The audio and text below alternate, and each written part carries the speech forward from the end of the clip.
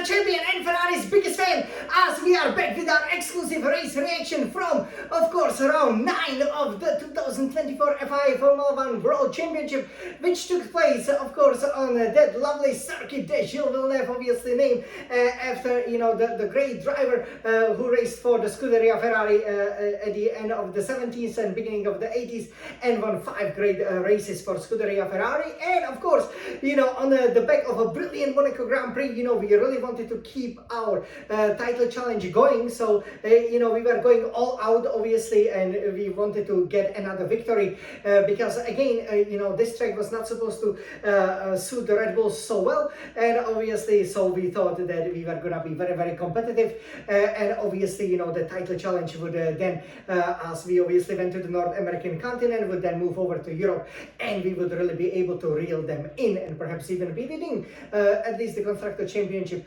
by the time the summer break would come around. But oh my God, just as the heavens opened, all the plans went out of the window. This was by far, the worst weekend of the worst round of the 2024 Formula 1 season so far for Scuderia Ferrari. As the biggest fan, I'm so disappointed. I think, obviously at the beginning we had very, very high hopes, and to come away with big zero is hugely disappointing, because that comes right smack in the face of our fantastic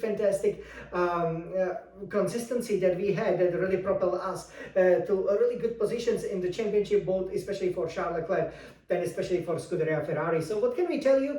We will do a little bit of the reaction for the race, but there is not much to tell from the Scuderia Ferrari's point of view.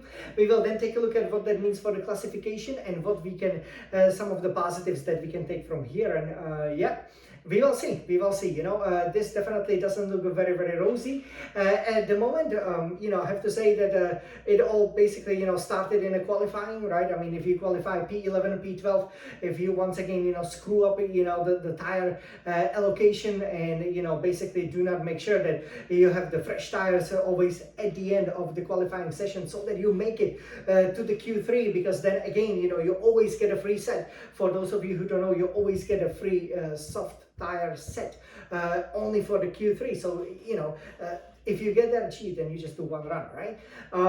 So we started 11 and 12. Obviously, Mercedes got a very, very surprise pole, exactly the same time like Max Verstappen. Obviously, it's not like the 1997, the European Grand Prix, where obviously the Jacques Villeneuve, the son of the Gilles Villeneuve, after whom the Monaco Grand Prix is named, topped that qualifying session from the Ferrari's greatest ever driver, Michael Schumacher, and obviously Villeneuve's teammate Frentzen. So yeah, that was much better tie for the pole position. Obviously here, George Russell, he said it before Verstappen did, so he started on pole. And it started as obviously intermediate race, but the Hasses, they put on these full wet tires and they were flying, so there were a lot of changeable conditions.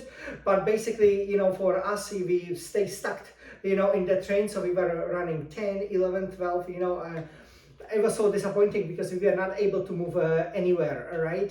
Then also another big issue that usually doesn't happen for Scuderia Ferrari was that Charles Leclerc had that engine malfunction, let's call it.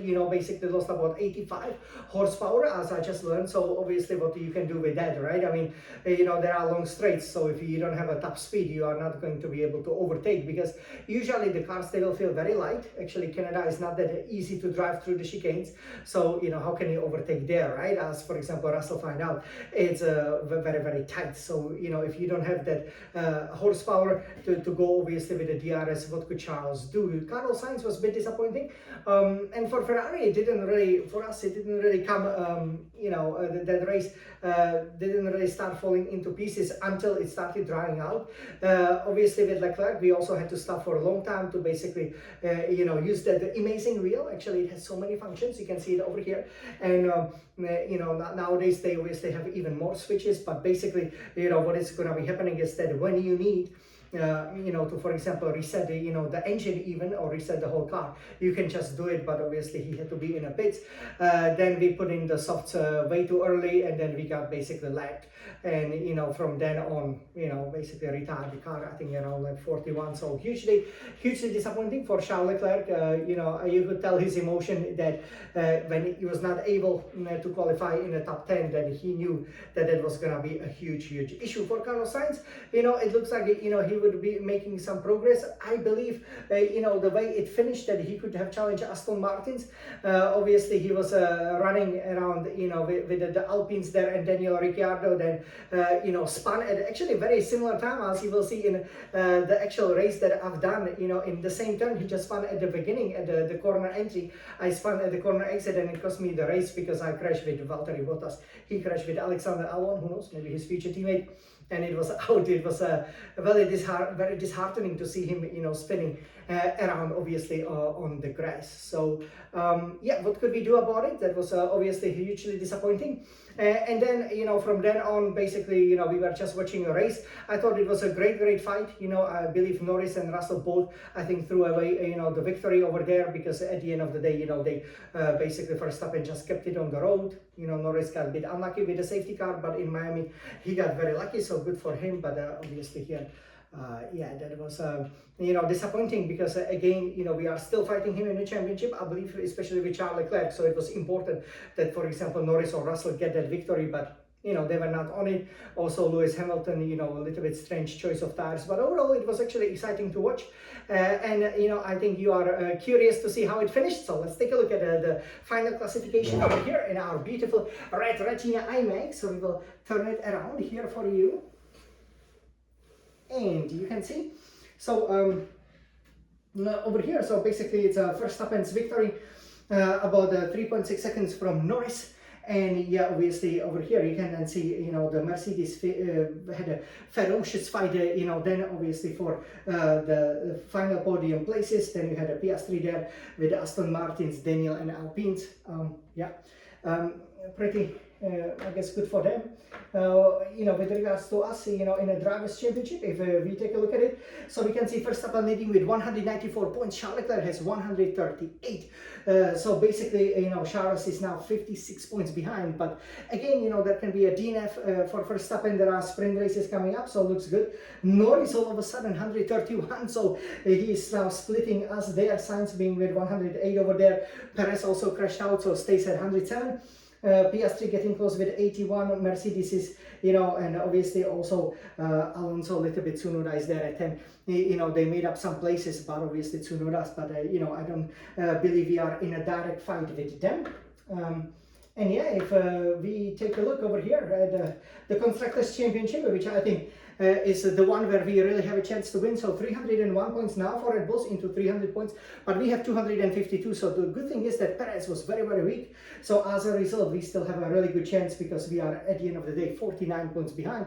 So if Red Bull DNFs, for example, we get a 1-2 also with the fastest lap, we could, for example, be, I believe, only 5 points behind them. McLaren 212, I believe, Mercedes and Aston Martin are out of it, so we just gotta make sure that obviously we keep up the great form as we go back to the European continent. So over here, yeah, that's how it finished. So sadly, from Ferrari's biggest fan, there's not much, again, to tell you guys. Again, we hope that we will then go to Barcelona and we will be much more competitive. So I cannot wait, for that race. I was dominating there, and again, it's a great city. Hopefully the weather will be good, and especially it will happen right before my name's day. And as the happy birthday, happy anniversary is coming, so I cannot wait. This was a little bit somber, obviously, race reaction from the Canadian Grand Prix 2024, the 9th round of the championship. But we, as the Ferraris fans, don't worry, we will be back when we go back to Europe, when we go back to our hometowns. So you guys, let's keep supporting Scuderia Ferrari. We can still do it. We can become the champions, right? Of course we can.